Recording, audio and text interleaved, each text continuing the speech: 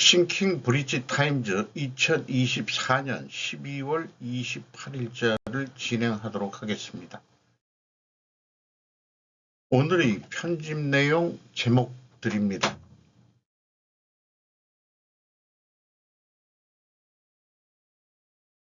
미국 최상목 권한 대행과 일할 준비 돼 있다라는 제목으로 김강석 기자가 위키리크스에서 12월 28일 09시 17분에 보도를 했습니다. 미국 가장 중요한 것은 한국이 민주적 회복력을 보여줬다는 것. 미 국방부 한미 동맹에 대한 우리의 공약은 굳건하다 강조. 한 권한대행 탄핵소추 한미 간 외교 안보 협의 차질 우려라는 요약으로 보도를 했습니다. 국무부는 윤석열 대통령에 이어 한 권한대행이 탄핵소추된 것에 대해 우리는 한국이 헌법에 명시된 절차를 평화적으로 따르는 것을 목격했다. 라고 브리핑을 했고요. 국방부는 우리는 한국 국민 민주적 절차 및 법치에 대한 우리의 지지를 다시 한번 강조한다면서 한미동맹에 대한 우리의 공약은 굳건하다고 했다. 그러면서 최근 몇 년간 한미동맹은 큰 진전을 이뤘다고 브리핑을 했답니다. 앞서 미국 정부는 윤 대통령이 비상계엄 선포에 대해 중대 우려, grave concern이라는 표현을 쓰는 등 비판했었는데 이후에는 민주주의와 헌법 절차에 따른 문제 해결을 강조하면서 한국이 이를 준수하고 있다는 입장을 표명해 왔다. 지난 24일에는 김홍균 외교부 제1차관의 방미 계기에 한국의 계엄 탄핵소추 사태로 연기됐던 양국 간 주요 외교 안보 일정을 한 권한대행 체제 아래에서 재개할 예정이었다. 하지만 한 권한대행도 탄핵소추돼 직무정지되면서 한미 간 외교 안보 협의가 다시 차질을 빚을 수 있다는 우려가 제기되고 있다. 최상목 경제부총리가 이제 또 대행이 됐습니다.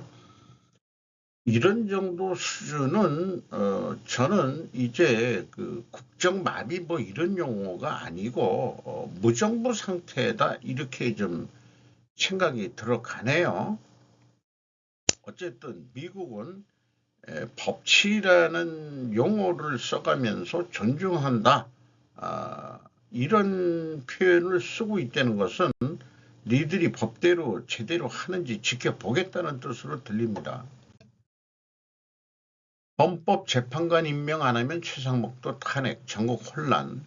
홍민기 기자가 YTN에서 12월 27일 오후 6시 44분에 보도한 내용입니다.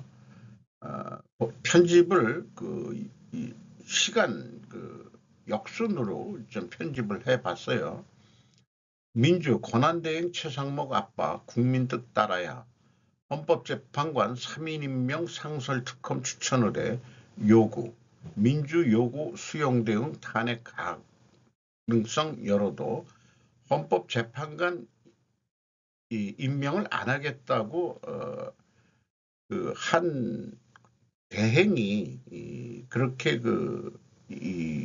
담화를 내니까 바로 탄핵을 해버렸고 이제 최상목 경제부총리한테도 헌법재판관 3인 임명을 하라고 협박을 하고 있는 거죠.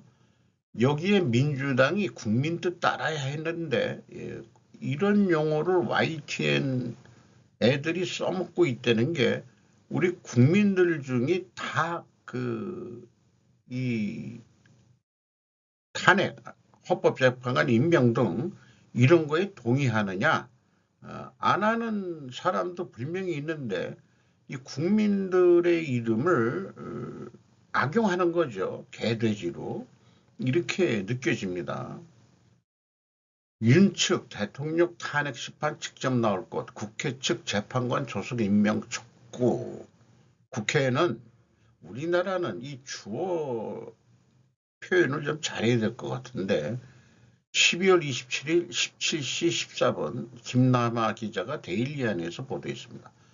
윤 대통령 측 헌재 발송 송달 조건 충족 안 된 상태에서 송달로 간주. 대통령 적절한 시기에 탄핵 심판 직접 나와서 본인이 말씀하실 것.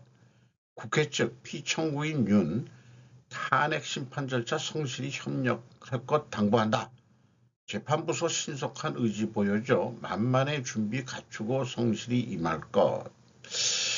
이런 요약 보도 제목이라도 주어를 빠지면은 누가 뭘 어떻게 했다는 건지 헷갈리게 이렇게 좀 보도를 하네요.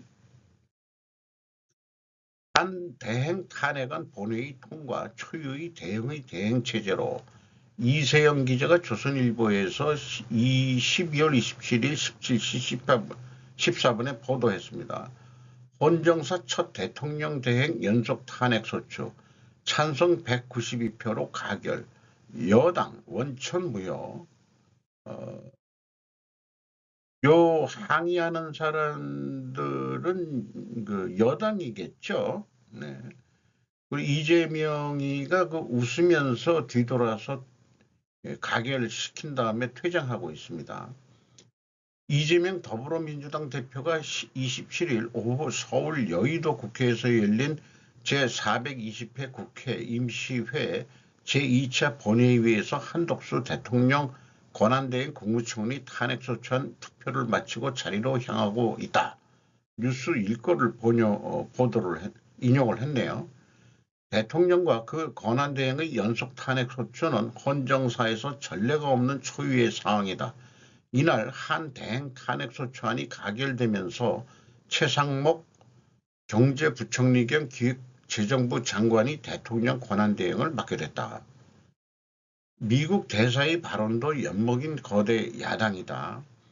행정부 마비를 넘어 국가 존속 여부를 위협하는 무정부 상태 같은 이런 것도 내란죄 아니겠느냐 저는 생각이 드는데 그러므로 국회 해산을 방법은 무엇인가 라고 의문이 들기 시작합니다. 11호 분열의 시대 12월 31일 개봉한다는 것을 유튜버가 소개를 했습니다. 바로 그 유튜버의 그 정리된 내용인데요. 바로 내전으로 인해 인간성을 상실해가는 사람들의 눈빛이었죠. 한 국가에서 벌어지는 분열과 갈라치기. 이게 우리나라하고 지금 똑같습니다. 이로 인해 극렬하게 대립하는 시민과 경찰 군병력, 미국의 내전이 끝나길 바라며 구의 손길을 기다리는 사람들, 아이들에게 가르침과 먹을 것을 잊지 않는 봉사자들, 내전을 바라보는 다양한 시선이 영화 속에 나오고 전국 기자의 카메라로 담아낸 내전의 참혹함. 하지만 우리 사회에서 이미 소규모 내전이 벌어지고 있는 것 아닐까요? 언제 대규모로 전환될지는 누구도 예상 못합니다. 제 견해는 그렇습니다. 한국은 이미 무정부 상태로 총만 안 든 친중과 반중 세력 간의 내전 중이다. 만약 미국처럼 총기 휴대가 가능한 나라였다면 여러 번 얘기했지만 진작에 서로 죽이는 내전이 발발했을지도 모른다.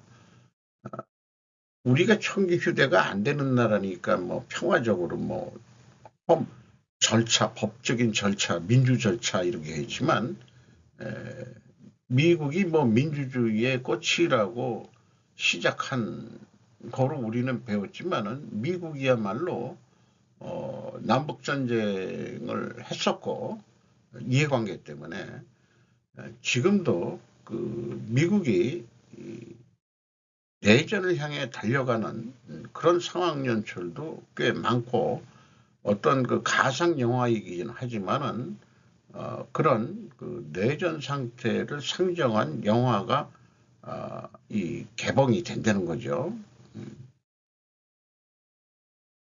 목루 동심 파괴, 보아로 본 미국의 본심 27일 방송본을 제가 편집을 했습니다.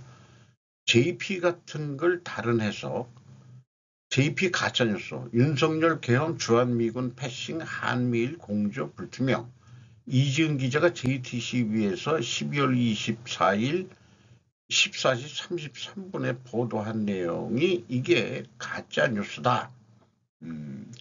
같은 글 다른 해석이다.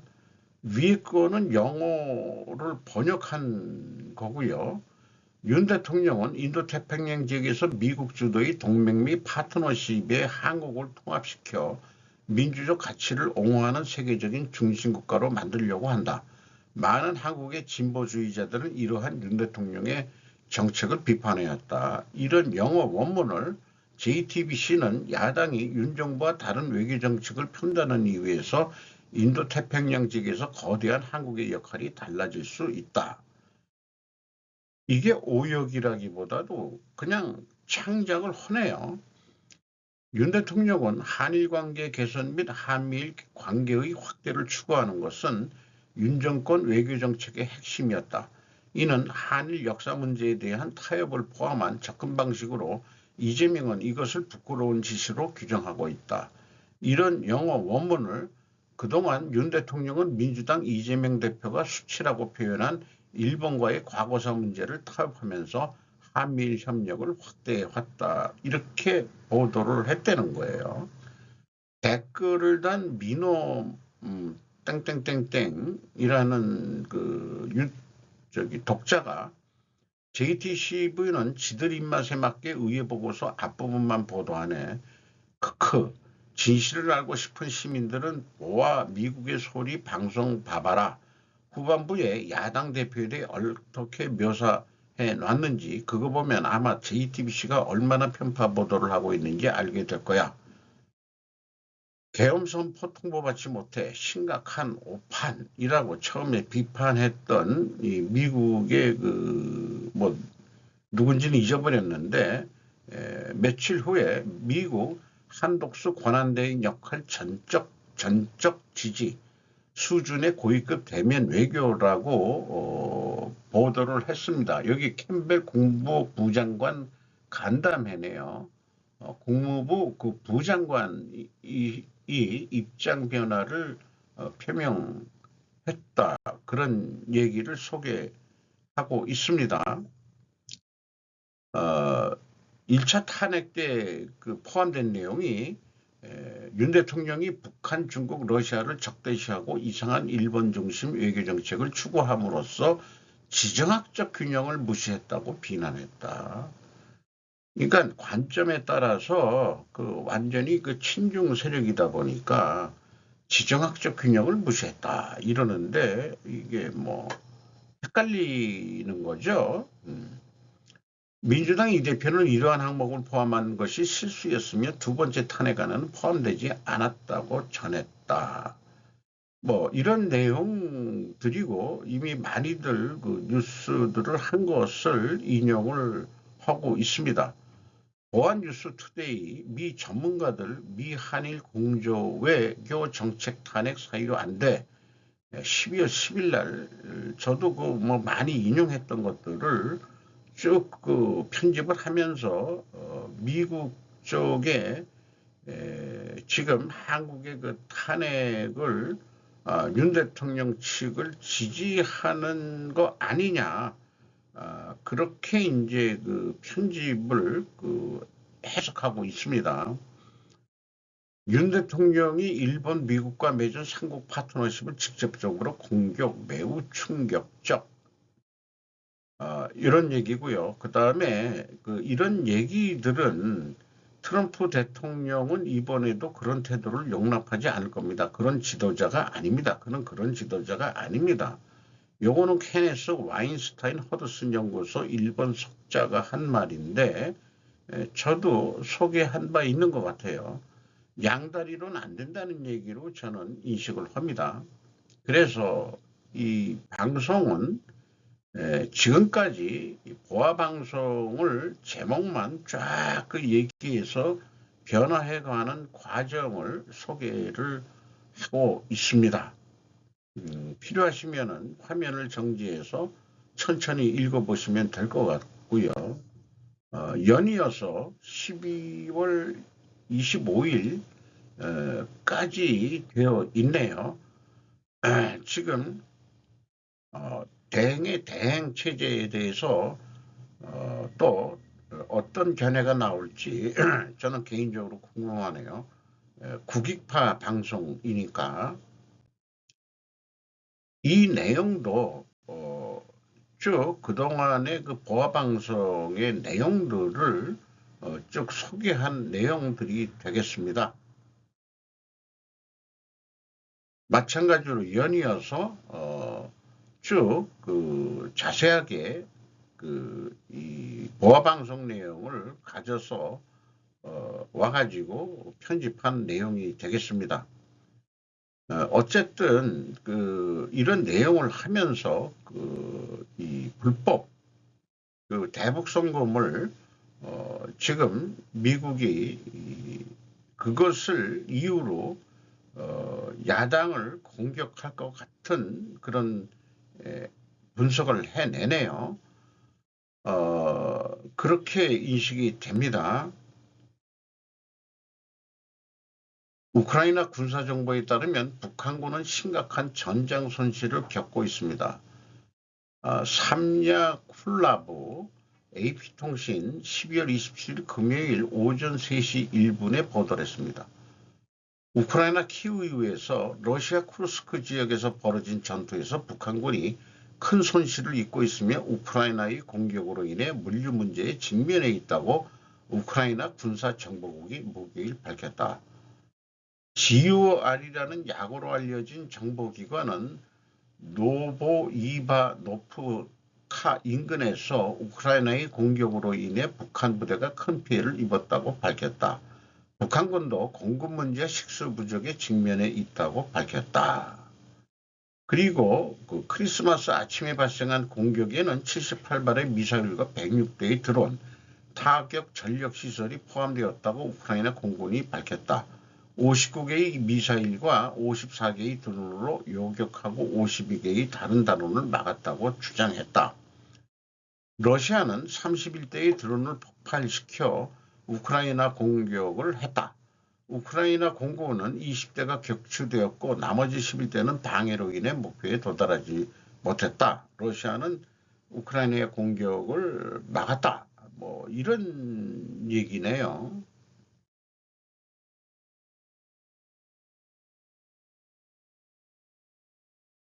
캐나다 정부가 떠납니다. 12월 26일 피터 자이언의 뉴스 레터입니다.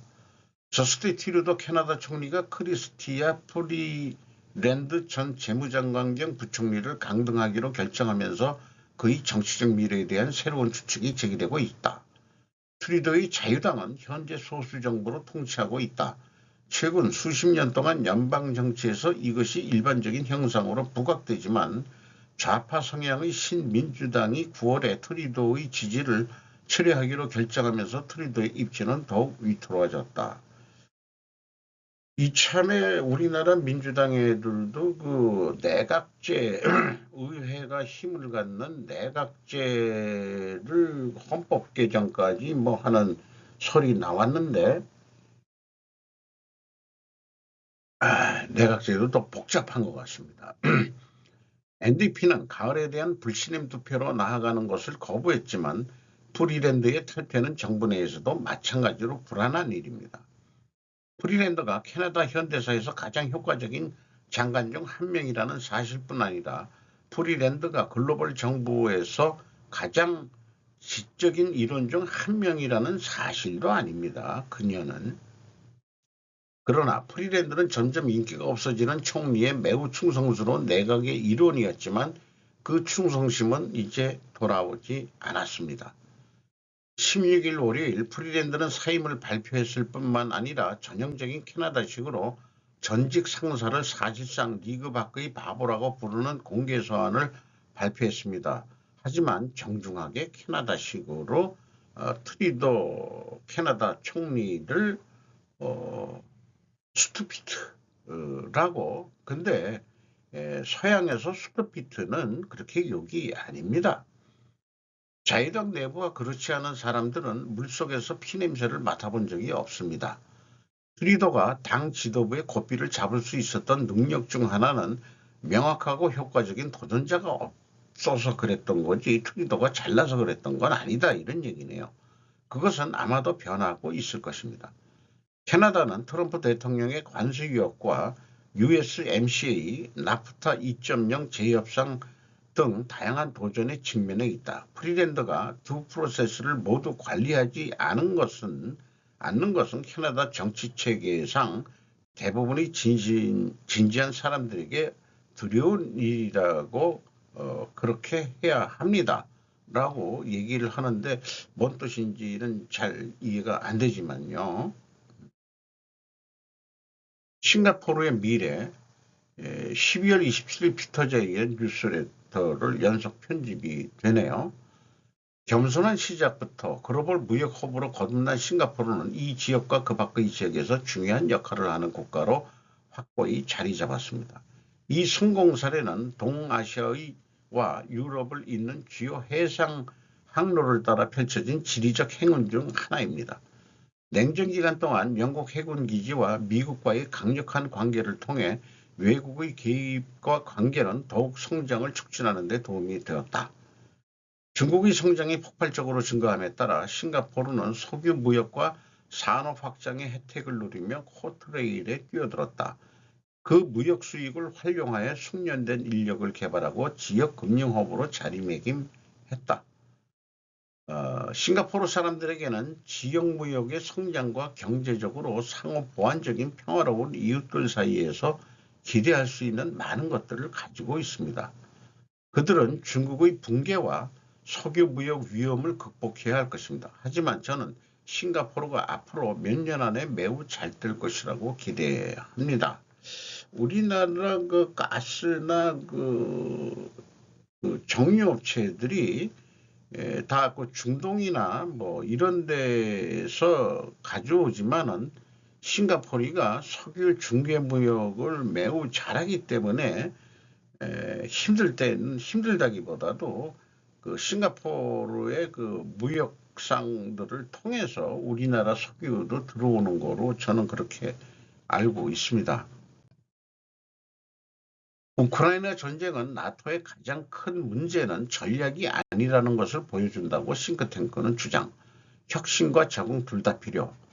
요 말이 무엇인가가 이제 그 말미에 나오는데요.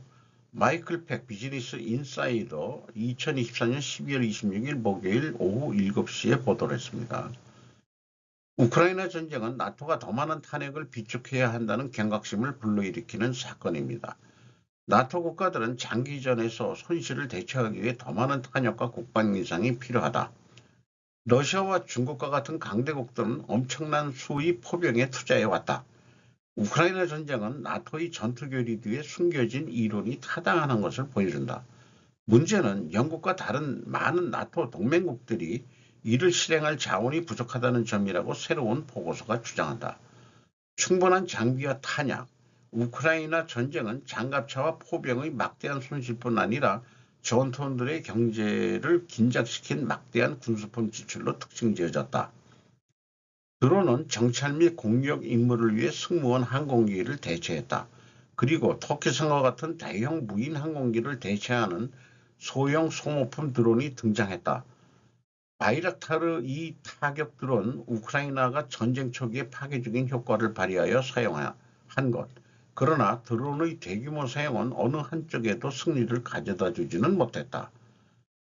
이런 연유 때문에도 나토가 자신의 결의를 지속적으로 재평가해야 함을 의미한다. 우크라이나 전쟁은 혁신, 구식과 새로운 것을 결합하는 것과 적응, 적의 새로운 전술에 대응하기 위한 것의 중요한 구분과 반드시 새로운 것을 우선시하지 않는 둘 다 촉진할 필요성이 있다고 랜드는 결론지었다. 그러니까 뭐 예를 들어서 미국이 요구했던 우리 155mm 포탄 이런 그 재래식 무장이 이것도 그 매우 중요한 거다. 미래전쟁이라고 할 수 있는 드론, 무인 이런 것도 지금 나와가지고 하고 있지만은 미사일은 뭐 옛날부터 했던 거지만은 이런 거죠. 그래서 혁신이라는 게 구식과 새로운 것을 결합하는 거. 적은 적의 새로운 전술에 대응하는 거. 요거를 전략이라고 얘기할 수 있을 것 같고요. 혁신을 적응은 전술이라고 적인 측면에서 생각해 볼 필요가 있겠네요. 중국은 세계 최대 규모의 댐을 계획하고 있으며 연간 3천억 킬로와트 아워의 전력을 생산할 것입니다. 아메야 팔레자 기자가 흥미로운 엔지니어링에서 12월 26일 목요일 오후 7시에 보도를 했습니다. 중국 정부는 티베트 자치구의 신성한 야룽 창포강 위에 건설될 세계 최대 규모의 댐 위에 대규모 수력발전소 건설을 승인했다. 발전소는 현재 세계 최대의 수력발전 프로젝트인 쓰리고르기스 댐보다 3배 더 많은 에너지를 생산할 것이다. 중국은 순 배출 제로를 달성하기 위한 2060년 시한을 앞두고 화석연료에 대한 의존도를 낮추기 위해 열심히 노력해 왔다. 티베트의 메가 수력발전 프로젝트. 중국은 티베트 고원을 가로지르는 야롱 창포강 위에 이 거대한 수력발전 프로젝트를 건설할 계획입니다. 그 신성한 강은 지구에서 가장 깊은 협곡이 있는 곳으로 25,154피트, 약 7,667m의 수직 차이가 있습니다. 중국 정부는 이를 활용해 매년 3억 명의 에너지 수요를 충족할 수 있는 약 3천억 킬로와트시의 수력 발전을 이 프로젝트에 창출할 계획입니다. 위험 및 기회. 이 거대한 발전 프로젝트는 지각판의 경계에 위치하게 되어 향후 지진이 발생할 경우 지진이 발생하기 쉽다. 지질학도는 평야와 다르기 때문에 실행하기가 복잡한 프로젝트다. 이렇게 이제 소개를 하고 있고요. 연이은 다른 뉴스는 댐이 드문 티베트 시위에 불을 붙였습니다. 그들은 결국 구타와 체포로 끝났습니다. 퇴사 윙이 BBC 뉴스에서 아시엘 디지털 리포터인데 12월 23일 월요일 11시 17분에 보도를 했습니다.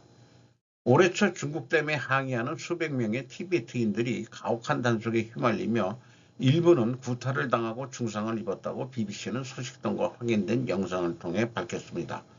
이러한 시위는 1950년대 티베트를 병합한 이후 중국이 엄격하게 통제해온 티베트에서는 매우 드뭅니다. 이러한 일이 여전히 발생했다는 사실은 오랫동안 민감한 지역이었던 중국의 댐 건설 추진이 논란의 여지가 있음을 보여줍니다. BBC의 검증은 또한 대규모 시위와 승려들이 당국의 자비를 구걸하는 모습을 담은 위성 이미지를 검토하고 유출된 동영상을 확인했습니다. 시위는 지난해에 이어 수찬성 티베트인들이 거주하는 지역에서 일어났습니다. 수년 동안 중국 당국은 대게, 덕에와 장다, 좀다 카운티에 걸쳐 있는 계곡에 티베트어로 캄톡이라고 불리는 거대한 강토댐과 수력발전소를 건설할 계획을 세워왔습니다.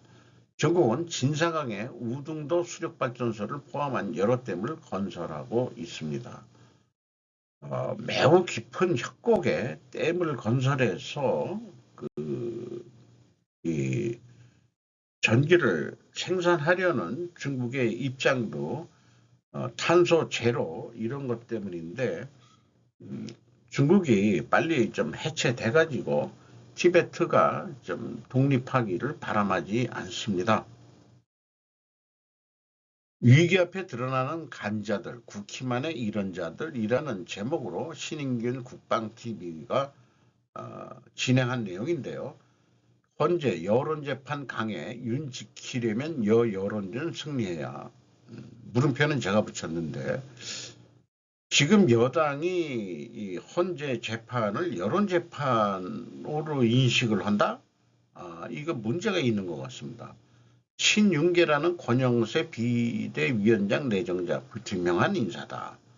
국민의힘 연말 대국민 사과한다. 이 권영세 다선 의원인데 대통령의 옳은 정책 방향에 대해서는 지지하는 것, 친중으로 분류되고 주중대사 역임을 한 것으로 소개되어 있습니다. 당연직이 비대위원장인 당연직인데 권영세, 권성동, 김상훈이고 그리고 지명은 현재 김재섭 의원과 누구냐 그 윤희숙 전 의원을 검토하고 있다.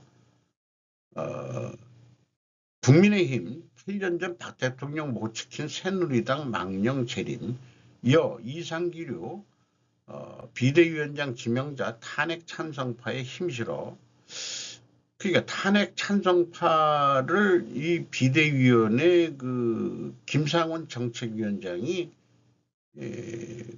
그랬던 거로 소개를 하고 있는데, 탄핵 찬성파로 이분이 뭔가 피하 식별이 좀 잘 안 되는 것 같아요. 법리재판을 여론재판으로, 탄핵을 인민재판으로 몰고 가려는 속셈? 이렇게 되면은 민주당에 협력을 하는 거죠. 그러니까 이게 그런 의미에서는 간자들이라고 얘기할 수 있겠고, 탄핵 찬성파의 힘 실어를 간자들, 둘 중에 뭐가 뭔지 모르겠지만은 피하 식별을 하지 못한 것 아닌지, 저는 탄핵 찬성파가 반중파라고 믿습니다. 나름대로 국익 입장에서 보는 입장에서는 계엄 사태를 일으킨 것은 그리고 현재까지도 윤석열 대통령과 한동훈은 한 팀이라고 저는 믿습니다. 때문에 한동훈 전 국민의힘 대표가 탄핵 찬성 쪽으로 간 것은 합의하에서 했다고 저는 믿습니다. 와치, 중국 첨단 전투기 비밀리에 비행한 게 어떻게 노출이 됐나? 벤 파머 텔레그라피에서 2023년 12월 27일 금요일 오후 8시 24분, 중국은 광범위한 영토에서 미군 자산을 위협할 수 있는 첨단 스텔스 제트기의 비행시험을 실시했다. 온라인에 게시된 동영상 클립에는 꼬리가 없는 항공기가 J-20 전투기 호위대와 함께 하늘을 통과하는 모습이 담겨 있다. 중국은 태평양에서 미국의 공군 우위를 깨기 위해 수년간 새로운 항공기에 자금과 혁신을 쏟아부어왔다. 항공기 전문가들은 두 새로운 디자인이 24시간 이내에 공개된 것은 매우 중요한 일이며 군비 경쟁에 대한 중국의 의지를 보여준다고 말했다. 두 디자인 중 더 큰 것은 6세대 전투기로 청두 항공기 공사 공장 비행장에서 촬영된 것으로 추정된다. 매우 독창적인 디자인이다. 항공주간의 편집자인 빌 스위트먼은 항공기의 큰 주무기 베이로 인해 항공모함과 공군기지 등 더 큰 표적을 위한 더 큰 무기를 탑재할 수 있다. 이것이 장거리 비행까지 가능한 스텔스 폭격기 모양인데요. 중국의 미국의 B-21 대항마로 보여집니다. 60피트 파도가 캘리포니아 해안을 강타하고 대혼란을 일으켰습니다. 베셀 피어슨 서퍼 2024년 12월 28일 토요일 오전 4시 53분에 보도를 했습니다. 이게 그 CCTV 등에 된 건데, 캘리포니아에 파도가 밀려와서 차들이 침수되고 이런 상황의 사진이네요. 대자연의 분노가 극에 달하며 몇몇 사람들의 목숨을 앗아갔고 그들을 바다로 휩쓸어 실종자의 신고를 강요했습니다. 월요일에 위험한 파도가 산타크루즈 부두의 일부를 무너뜨렸고, 이번 주에는 캘리포니아 해안을 따라 최대 60피트까지 파도가 예보되면서 태평양에서 여러 차례 구조작업이 시작되었다. 소노마 카운티 소방서는 월요일에 강력한 파도에 휩쓸려 보데가만 근처에서 3명이 구조되었다고 밝혔다. 아직 끝나지도 않았습니다. 주말에 또 다른 상승이 다가오고 있지만 이번에는 그다지 크지 않은 것 같습니다. 그래도 주의를 촉구하지 않으면 후회할 것입니다. 안전하게 지내세요라고 미국 겨울철 폭풍에 의한 파도 뉴스 보도가 나왔네요. 기후변화, 인구 감소, 탈세계화 사이에서 우리는 앞으로 수십 년 동안 많은 얘기를 또 하게 될 것이고, 이러한 이 피터 자이언의 예측과 마찬가지로 저도 이런 부분에 관심이 있기 때문에 계속 그런 뉴스들을 편집할 예정입니다. 이상 마치기로 하겠습니다.